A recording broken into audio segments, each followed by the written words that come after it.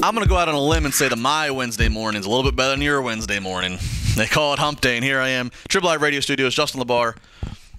Another podcast brought to you by Blush. Of course, Blush, 9th Street downtown. It is the gentleman's club to go to in Pittsburgh. Not just Pittsburgh, but I mean, they've been, critically acclaimed with positive reviews nationwide. 3 floors. They got the brand new sports bar on the 3rd floor. Kitchen, phenomenal food, which I know you might not always associate with a club, but their food is a must-taste among many of the other experiences. One of the experiences all week long, she is a Blush veteran. She's been several times, is the wonderful Angela Summers. How are you? Good. How are you? And she is back. She is beautiful as always, and she's back to her natural hair color. No more blonde. No more blonde. Yeah. Now, I like the blonde, but I gotta say, I'm liking this better. Thank you. They bring out the eyes. It's a little bit more, I know, when you do the costume, a little bit more of a gothic feel almost. Yeah, and that's kind of like where I go with my dancing anyway. It's like vampires and gypsies and stuff, so the dark hair works. And by the way, speaking of your different characters, and you can go to her, she's social media everywhere. You can go to her Twitter. It's at Real Ange Summers, SOMMERS. I love the one picture. It might have been your Facebook profile. There's a picture of you. Oh, damn, what is it? I think it's your Facebook profile. There's this great picture of you in you have kind of like your leg kicked up and you're like sitting on almost like a throne. I don't know where this was taken from. It might have been your Facebook, actually. Maybe. You probably have so many it's hard to even. Let me see if I can find it real quick. But anyways, I'm always digging to see your different costumes and see what you're into, because I create a lot of them myself. So I do. You do. I remember you saying that before. I do some of the stuff I have to get help with, like metal work, and I have help and friends that do some sewing for me and stuff. Oh, that one. Yeah, that was my friend made the chair and everything, and that's my favorite. That was my like Cleopatra themed show for the Exotic Dancer Expo. So New Orleans, I see, right? New Orleans, yes. Awesome. That was my favorite. That was awesome. That. It had a costume to it. That's what I ended up in after I took the costume off. That's the payoff. Yes. That's the payoff, as we call it in the pro wrestling world. This is what I've always appreciated about you. Obviously, very smart girl, beautiful. You do your own costumes. Are you still running your site yourself? I know you were doing that for a while. Actually, no. I'm producing now. Okay. So I'm producing all my content. Obviously, I've always done that, but now I'm doing like custom videos and stuff. So fans will ask me, "Can you make this?" And they'll send me a script. Can you do this with this outfit and this person? And I've been producing, but I don't run the site anymore because I just don't have time. Well, that's a good sign that you're continuing to your career's growing. Yeah. When you have to hand that off, that's a good sign. Yeah, and I'm not really I'm not. Oh yeah, that's a cool picture too. What's that? Is that what are you dumping on? It's actually glitter syrup. Look at that. It's like a mix that I made, and somebody caught the shot of me pouring it like at the moment that I poured it, and I love that shot. Yeah, that looks very staged. The fact they grabbed that at the perfect time. Yeah, it's real. It's a real shot. So if you're curious what we're looking at, I know this is great radio. If you're curious, I know, right? If you're curious what we're looking at, is your Facebook public? Is that okay? Yeah. Just type in Angela Summers on Facebook, and she's got some great pictures of her performance, which is a good indication of what they're going to see at Blush this weekend. Because you're always into your costumes and a lot of different characters you play. Yes. What's some of the hot ones you're doing right now? Well, last night I did Jessica Rabbit, and everybody loves Jessica Rabbit. Right. Brunette Jessica Rabbit. Absolutely. And then I did a belly dancer outfit that I love, like tribal belly dancer. And I have like vampire. I have my Calidora, the vampire. All my fans know her as Calidora. I know, nerdy. No? Nerdy.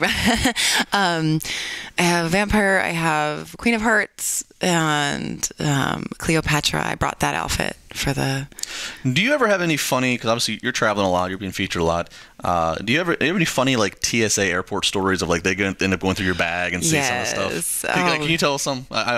You especially, because this applies to you more than some of the other girls because your costumes are so elaborate and so good. Well, okay, the costumes, I just get... People ask me, like, obviously, if the wings are in, I have like this big base case. I keep my wings in, and they think it's a gun always. Right. So I have like special escorts most of the time, or it has to go down a different conveyor belt. So that's a bit of a pain in the ass. But I basically tell them, like, they're like, "What's in there?" I'm like, "Wings," and they're like, "Huh?" I'm a showgirl, huh? Okay. So it's usually like 6 a.m. and I don't want to talk to anybody, and everyone's like, "Mama, so what do you do for a living?" I'm like, "Oh, I'm tired."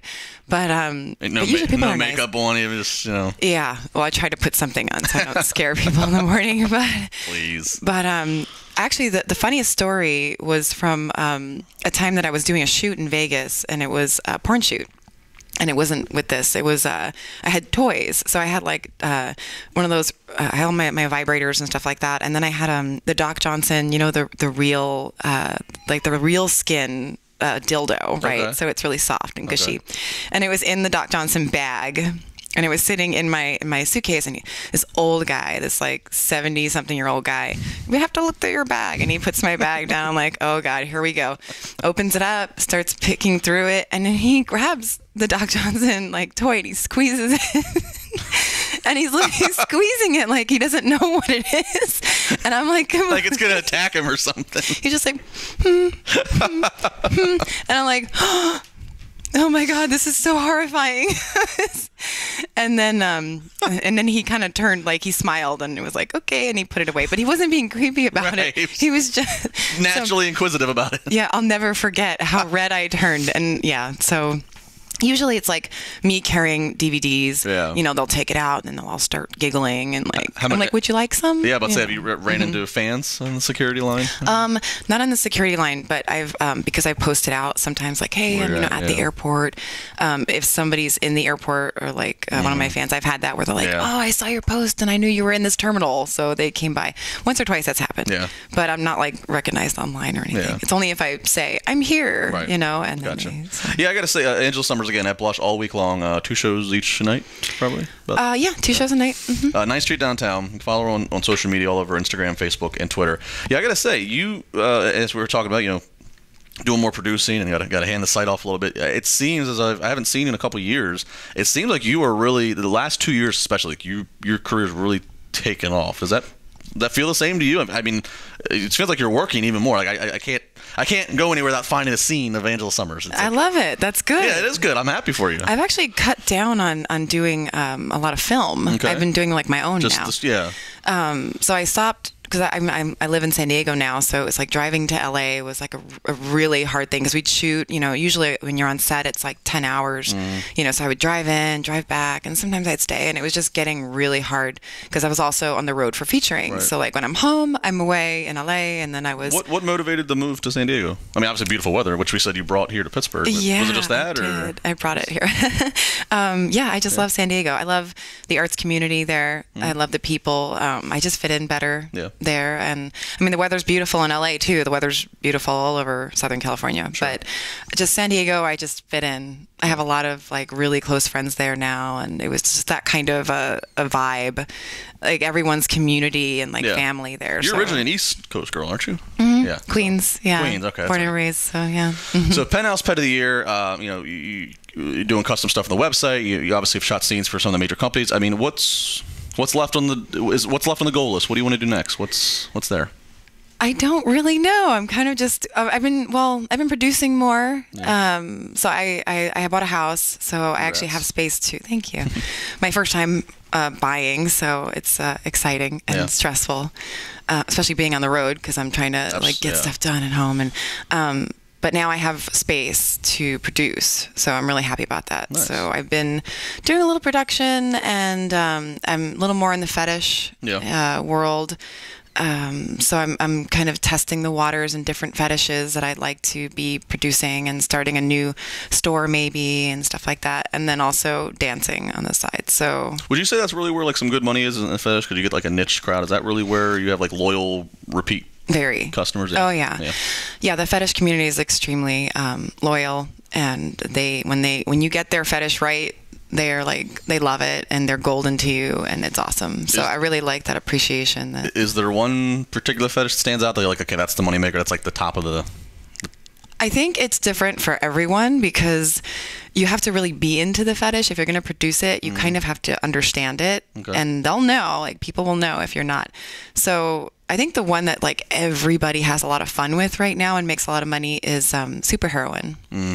So the girls like, lesbian superheroine porn. So it's actually not even boy-girl at all.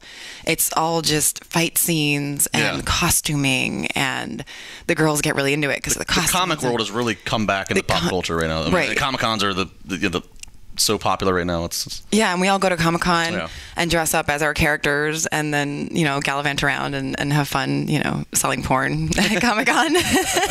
Well, we don't really sell it, but give it away or whatever. But yeah, so I think that's the one that all the girls have the most fun with. Gotcha. And they kind of can relate to.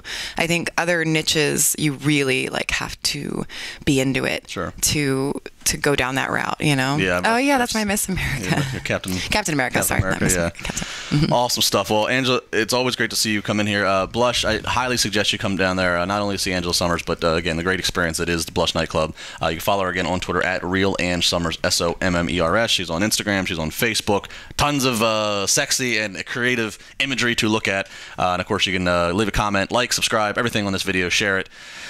That's going to be it. I don't know what's next up in the podcast world for Triple I Radio, but it's probably not as sexy as this. Angela, thank you as always. Thank you. Thank you for having me.